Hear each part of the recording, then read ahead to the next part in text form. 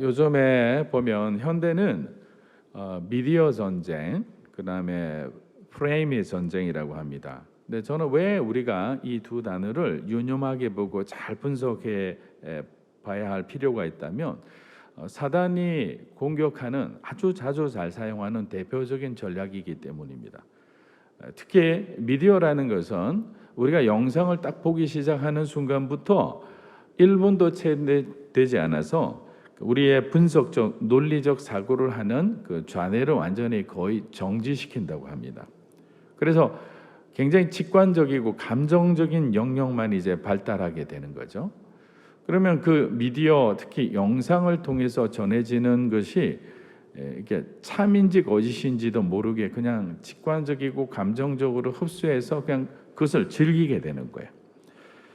그렇기 때문에 미디어라는 것은 우리 청소년들과 청년들을 넘어서 이제는 일반 성인들에까지 굉장히 악영향을 끼치고 있는 게 사실입니다. 요즘은 또 미디어라는 것을 활용해서 사람들이 자기가 주장하고 싶은 그런 어떤 생각들이 있잖아요. 그거를 굉장히 멋있는 프레임으로 짜서 이 틀로 짜가지고 그대로 전달을 해요. 그래서 그 틀 속에 가둬놓습니다. 근데 한번 갇히면 그 생각의 틀에서 빠져나오기란 너무 힘들어요. 바울 사도가 얘기한 생각의 견고한 진, 이거는 본인들이 어떤 주장하는 바들이 있어요. 이것이 옳다고 생각하는 것, 자기 의가 될 수도 있죠. 아니면 자기가 좋아하는 선호하는 무엇이 될 수 있는데 그것이 이렇게 꽉 짜여져 있으면 어떤 말도 들어가질 않아요. 그냥 그렇게 행동하는 거예요. 그리고 자기하고 반대의 어떤 주장을 하는 사람을 용납을 하지 않습니다. 그만큼 이 프레임이라는 게 무서운데 이 프레임을 아주 익숙하고 효율적으로 사용하는 것이 바로 미디어라는 거죠. 이제는 영상, 오디오, 문서 뭐 너무나 다양하게 창의적으로 이것이 그냥 발달되어져서 어떤 식으로 갈지를 모르는 거예요. 그래서 정말 이건 잘못된 것인데 우리가 말하면 불륜이라고 보여지는 그 모든 것들도 미디어에서 잘 포장을 합니다. 일단 등장할 때 너무 멋있는 배우들이 나오죠. 그 사람들의 어떤 모습은 그냥 두 사람이 만나면 그냥 자연적으로 화보가 되잖아요. 그 아름다운 화보처럼 보이는 것이 불륜은 보이지 않고 아름다운 사람들만 보이는 거예요. 그래서 쏘가 넘어갑니다. 그리고 난 뒤에 분별 없이 계속적으로 영상을 보고 우리 마음에는 나도 저런 로맨스를 하고 싶다는 이상한 생각이 들게끔 하는 거예요. 그런 식으로 계속적으로 우리의 어떤 도덕적인 선의 기준들을 파괴해 나가는 거죠. 우리 자신들, 우리 사랑하는 우리 이 젊은이들의 생각과 삶을 지배해 버리는 거예요. 그렇기 때문에 교회는 절대적인 선을 갖고 있잖아요. 하나님의 말씀이잖아요. 이 말씀이 기준이 되기 위해서 계속적으로 우리 젊은이들뿐만 아니라 정말 우리 모든 교인들이 이 부분에 깨어 있어야 되는 거죠. 만약에 우리가 깨어 있지 않는다면 어느 순간에도 우리는 그러한 잘못된 생각과 가치에 포로가 되는 거예요. 저도 조금씩 경험해봤지만 올바른 가치를 지키고자 하는 삶은 그렇게 녹록하지 않습니다. 엄청난 사회적 저항이 있고요, 집단적 저항이 있습니다. 물론 그 가치를 지켜나갈 때 철저하게 하나님의 어떤 주신 마음과 하나님의 공의로운 어떤 공의의 통로로 사용돼야 되는 그 사람의 정결함도 필요하지만 막상 그렇게 간다고 하더라도 그 저항이라는 것은 이루 말할 수 없습니다. 그냥 대가를 지불하고 살겠다는 각오가 없으면 시작을 안 하는 게 좋죠. 괜히 시작하다가 더 큰 어려움을 당할 수도 있는 거예요. 근데 오늘 우리가 본문으로 좀 들어가면 이 두 번째 성에 대한 윤리를 지금 얘기를 하고 있잖아요. 그 시대적 상황에 비추어서.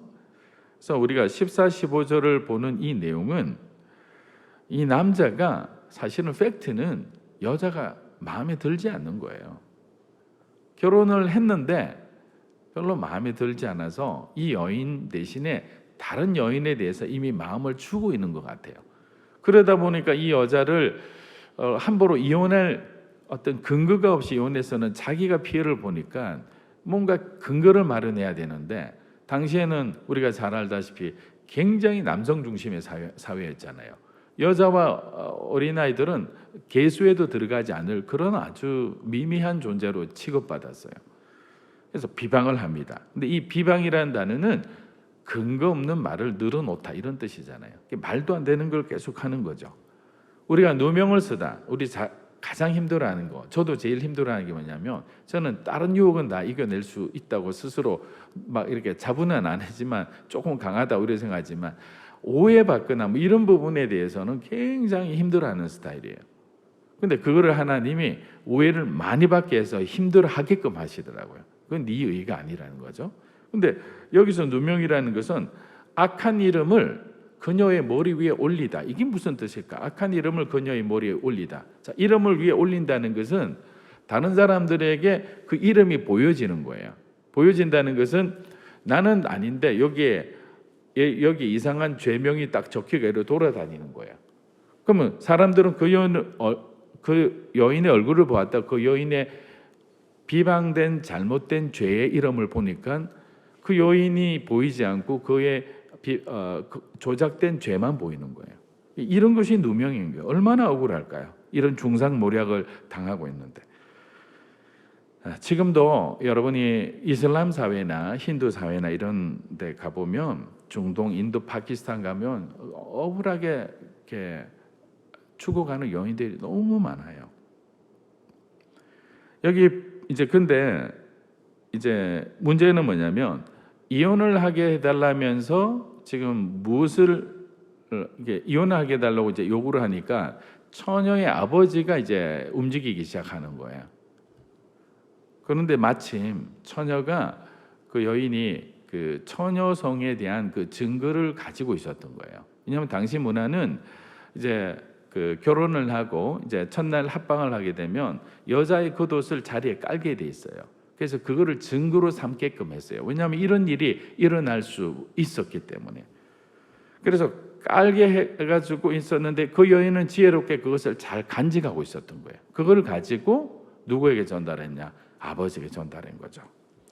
근데 우리가 잘 알아야 되는 것은, 이 아버지가 왜 이렇게까지 해야 되냐면, 자기가 사랑하는 딸을 구하기 위한 마음도 있었지만, 당시에는 이 여인이 부도덕한 여인으로 이렇게 취급을 받게 되면 그 집안 자체가 그 공동체에서 견디기 힘들었어요. 그리고 나머지 자녀들은 혼자끼리 다 막히는 거예요. 왜? 그 부정한 여인의 가족이다, 이런 어떤 레테르가 붙여버리는 거죠. 그러니까 아버지는 필사적으로 그 부분을 가족을 위해서 뭔가를 하지 않으면 안 되는 거예요. 근데 반대로 그 여인이 잘못을 실제 범했다, 그랬을 때 지금도 어떤 일들이 일어나냐면 명예살인이라는 것들이 일어나요. 알라를 배신하고 예수님을 믿었다. 그러면 아마 그 종교 경찰보다 가장 먼저 그 배신한 그 가족을 처단하기 위해서, 죽이기 위해서 쫓아오는 추격자들이 누구냐면 가족들이에요. 가족에게 회유당해서 들어가서 처참하게 죽여요. 그리고 잔인하게 죽이면 죽일수록 그 집안은 무엇을 항변하느냐면, 우리는 설사 내 딸이라도, 내 부모라도 이 사람이 저지른 공동체적 범죄하고 우리는 무관합니다라는 거예요. 그래서 그런 명예살인을 공공연하게 하는 거죠. 이게 그런 특수한 그 이슬람이나 힌두의 공동체 안에서의 연결된 그런 어떤 구조적 악이거든요. 근데 그걸 어떻게 한 사람, 두 사람 개인의 힘으로 이겨낼 수 있을까요? 없는 거죠. 근데 하나님은 그런 어떤 그 과정을 한 사람, 그 남편의 말을 듣고 하지 않고 증자가 있다면 그 증자를 보고 공평하게 성읍 장로들이 판단하게끔 한 거예요. 이제 봤어요. 있는 거예요. 여인은 살아났죠. 여인의 집안도 안도의 숨을 쉽니다. 그런데 남자를 어떻게 해야 될까요? 여러분이 재판관이라면 가만두지 않을 거예요. 처음에는 여기서 때리라고 하거든요. 근데 보통 태용인데, 우리 바울 사도도 40에 가만한 하나 감한 매를 맞았다고 그랬잖아요. 우리는 이제 이 곤장 같은 걸 가지고 하나를 가지고 한 대요, 두 대요, 세 대요 이렇게 하잖아요. 근데 여기는 하나 39개가 딱 있어요. 곤장 치는 게. 그런데 왜 39개냐면 법률을 어기면 안 되잖아요. 40대까지가 태형의 한계인데 41대를 때리면 이 때린 사람이 이제 죄가 되는 거예요. 그러니까 39개 딱 하고 없어지면 이게 39대 때렸구나 해가 마지막에 그걸 가지고 한 대를 때려요. 아마 죽기 전까지 맞았을 거예요. 왜냐하면 이거를 공동체적인 범죄로 치부하지 않으면 얼마나 많은 남자들이 모방을 하겠어요. 이런 죄를. 이거 충분히 가능하다. 그럼 여인들, 약자들 이들의 인권은 없는 거예요. 하나님은 항상 신명기나 말씀을 보면 과부와 고아와 나그네 연약한 자를 향한 하나님의 사랑의 배려가 곳곳마다 스며 있고 배어 있다고요. 여기도 마찬가지인 거예요. 그리고 백세겔이라는 금전적인 보상을 하게 했는데 한 세겔이 건강한 노동자의 4일 품삯이니까 제가 계산을 해보니까 지금으로 말하면 한 3천만 원, 4천만 원 엄청난 돈이에요. 이거를 갚아야 됐어요. 그리고 한 가지 더 안전장치를 한 것이 여인을 버릴 수 있어요? 없죠. 이혼을 절대 못합니다. 이거는 성업 장로들이 아주 불을 켜고 눈에 불을 켜고 쳐다보고 있는 거죠. 만약에 이 정도의 어떤 폐륜적인 남편이라면 자 39대 맞아서 볼기가 막 터질 대로 터졌어요. 사람들 앞에 수치를 당했어요. 자기 있는 재산 3천만 원, 4천만 원 다 또 장인어른한테 주게 돼 있어요. 여인한테 안 줘요. 여인에게 주면 또 그 사람은 여인의 돈을 빼앗아갈 수도 있는 거예요. 아버지에게 주라는 거죠. 근데 만약에 버린다, 학대한다, 그러면 또 다른 법률이 있는 거예요. 하나님은 끝까지 저와 여러분을 보호하시겠다고 하나님 작정하시면 끝까지 보호하는 거예요. 그냥 어정쩡하게 해서 우리가 피할 길이 없이 안 하는 거죠. 공동체가 보호하게끔 하는 거예요. 여러분들이 어떤 어려움이 있더라도 하나님이 나의 피난처시다. 내가 전능하신 하나님 그늘 안에서 정말 그분을 바라보고 살아야 되겠다라고 생각하면 그 안에 하나님은 반드시 우리가 살아갈 길을 주시는 거예요. 우리가 이사야서를 공부하지만 이사야서를 배우는 것도 기승전 회복이잖아요. 하나님의 심판은 다른 거예요. 항상 회복을 위한 어떤 징계이고 심판이기 때문에 어떤 형태로 하나님께서 우리에게 메시지를 주신다면 우리는 그 메시지를 하나님이 나를 회복시키고자 하는구나. 다시 한번 나에게 기회를 주는구나. 잘못된 내 생각과 마음과 삶에서 돌이키라 하는구나 라고 생각을 하면 되는 거예요. 그냥 그 자체에 대해서 너무나 많은 자기 의가 강한 사람들은 자책도 강하거든요. 왜 내가 그랬을까? 나는 죽어야 돼. 그거는 하나님 앞에 엄청난 그 교만이죠. 원래 우리는 그런 사람들이에요. 그냥 하나님이 붙들어 주시고 은혜를 주셨기 때문에 그 선을 넘지 않았을 뿐인 거예요. 선을 넘을 수밖에 없는 것은 우리가 가진 원래 죄성인데 넘지 않도록 붙들어 주셨는데 내가 넘었다면 은혜를 내가 감사하지 않고 살았다는 나의 연약함의 증거잖아요. 그러니까 더 하나님 앞에 매달리고 무릎 꿇고 주님 나를 불쌍히 여겨주시고 긍휼히 여겨주시고 다시는 이러한 죄로 인해서 하나님 마음을 아프지 않게 할 수 있도록 도와달라고 우리가 그렇게 간구할 수 있는 거예요. 그리고 난 뒤에 23절에서 30절은 이제 통간에 대한 부분이죠. 서로 동의하여야 한 것들 그리고 강간에 대한 이러한 부분들이 나옵니다. 이거는 그에 따라서 합당한 정황적인 상황을 충분히 고려해서 돌로 쳐 죽이든지 부당한 상황에서 불가항력적인 상황에서 어려움을 당한 여인에게는 다시 한번 하나님께서 구제할 수 있는 길을 열어주시는 거예요. 그래서 일방적이지 않다. 하나님은 모든 것을 다 보고 계신다라고 우리는 해석할 수 있잖아요. 그 여인의 어떤 어려운 상황, 들판에서 무슨 여인이 힘이 있겠어요? 강제적으로 누군가 나쁜 사람들이 했을 때는 어려움을 당할 수밖에 없는데 그런 상황을 하나님은 고려해 주시는 거예요. 다 알고 계시는 거예요. 우리 리차드 포스터 목사님이 적은 세계적인 베스트셀러 책의 제목이 돈과 성과 권력이라는 책이지요. 이것을 계속적으로 사단은 탐닉하게 하는 거죠. 중독되게 하는 거죠. 그런데 왜 이런 죄를 범하느냐? 우리가 문제의 뿌리로 들어가야 되는데 그거는 저는 1계명과 2계명의 위반으로부터 나온다고 생각해요. 그냥 쉽게 말씀드리면 저와 여러분의 예배 생활의 이탈로부터 우리의 죄가 다시 시작된다고 생각해요. 하나님 관계과의 관계가 멀어지면 멀어질수록 우리는 세상의 물이 우리 안에 들어와서 고이게 돼 있어요. 왜냐하면 영적인 세계는 너무나 분명하거든요. 하나님 나라 아니면 사단의 나라, 마귀의 나라에 속하든지 하나님 나라. 그러니까 중간 지대가 없고 중간 나라가 없는 거예요. 그러니까 우리가 하나님을 지금 품고 생활하지 않으면 품지 않은 만큼 세상의 생각이 들어와서 내 마음을 요동치게 하는 거예요. 사랑으로 충만하고 그다음에 누군가를 배려하는 마음들, 온유한 마음들, 자비와 어떤 선행을 베푸는 그런 마음이 충만했는데 내가 이제 요즘 세상이 잘 나가니까 이제 주님 말씀도 좀 덜 보게 되고 예배적 관계도 소홀해지고 내가 뭔가 할 수 있다는 자신감도 생기고 이제 그런 어떤 잘됨 안에서 겉으로는 너무 잘 돼가는데 내 마음은 영적인 부분의 기둥이 하나씩 무너지기 시작하는 거죠. 그러면 세상이 마음이 나옵니다. 갑자기 교회에서 오는 전화는 차단까지는 하지는 않더라도 잘 안 받아요. 카톡도 목사님 카톡 주셨네. 야, 봄에 이거 안 돼.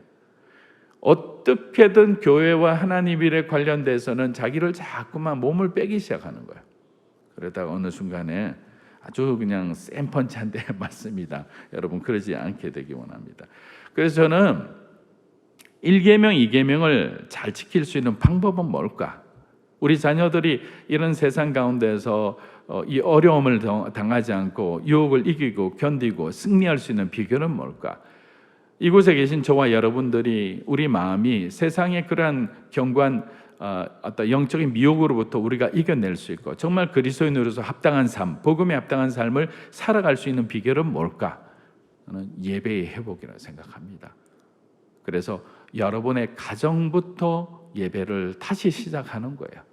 특히 방황하는 아이들, 그냥 세상 가운데 흥청망청 정말 정결하지 못한 삶을 사는 자녀들, 하나님 앞에 붙드는 거죠. 하나님 어떻게든 얘네들이 삶의 예배가 회복되게 하시고 그냥 앉아서 졸더라도 자세 안 좋더라도 그 자리에서 예배 드리게 하는 거죠. 가정 예배. 저희들도 이제 가정 예배를 이렇게 처음 드렸을 때는 정말 아이들 아직 어리잖아요. 이제 중3, 고2인데 이렇게 무슨 발광이 할까 몸을 어떻게 할지를 못해요. 그래서 이걸 어떻게 인내하면서 태도 바르게 해야지 이러지만 나중에 이렇게 거의 눕는 수준에서 듣는 거예요. 근데 그걸 인내하고 이렇게 받아들여야 되는 거예요. 근데 나중에 진짜 한 6개월, 1년 되니까 자세가 좋아져요. 그리고 조금씩 이제 시작 기도 마치는 기도를 이제 돌아가면서 시키거든요. 이번에 시작 기도를 진이가 하면 두 번째는 준하가 하고 그 다음에 이런 식으로 하는 거예요. 점점 나아지는 걸 봅니다. 그리고 아빠의 말이 아니라 하나님의 말씀이라는 것을 이제 신경 쓰기 시작하는 거예요. 그리고 나중에 조금 더 태도가 좋으니까 한번 물어봐요. 오늘 말씀 중에 좀 와닿은 거 있나? 처음에는 대부분 그래요. 별로 없다고 그래요. 그러나 이제 한 가지만 얘기하라고. 그리고 나는 선물을 준비하는 거죠. 말 잘하면 아빠가 이렇게 스페셜한 게 있다고. 그럼 얘기를 하는데 하나씩 건지기 시작하는 거예요. 그래서 내 마음의 예배, 우리 삶의 예배, 우리 가정의 예배 이러한 것들이 회복되기 시작하면 죄를 억제할 수 있는 마음이 생기죠. 왜? 하나님을 우리가 더 사랑하게 되잖아요. 죄는 미워하고 쾌락을 좋아하는 우리 이중적인 마음이 있지만 그러나 하나님은 하나님을 더 사랑하는 마음으로 우리를 충만하게 채워주시면 우리는 이겨낼 수 있는 거예요. 어떤 세상의 유혹도. 그렇기 때문에 사랑하는 여러분들의 삶 가운데서도 정말 말씀을 사모하고 예배를 회복하는데 최선을 다해서 승리하는 하나님께 영광이 되는 삶이 되기를 주의 이름으로 축원합니다. 우리 함께 기도하며 나아가겠습니다.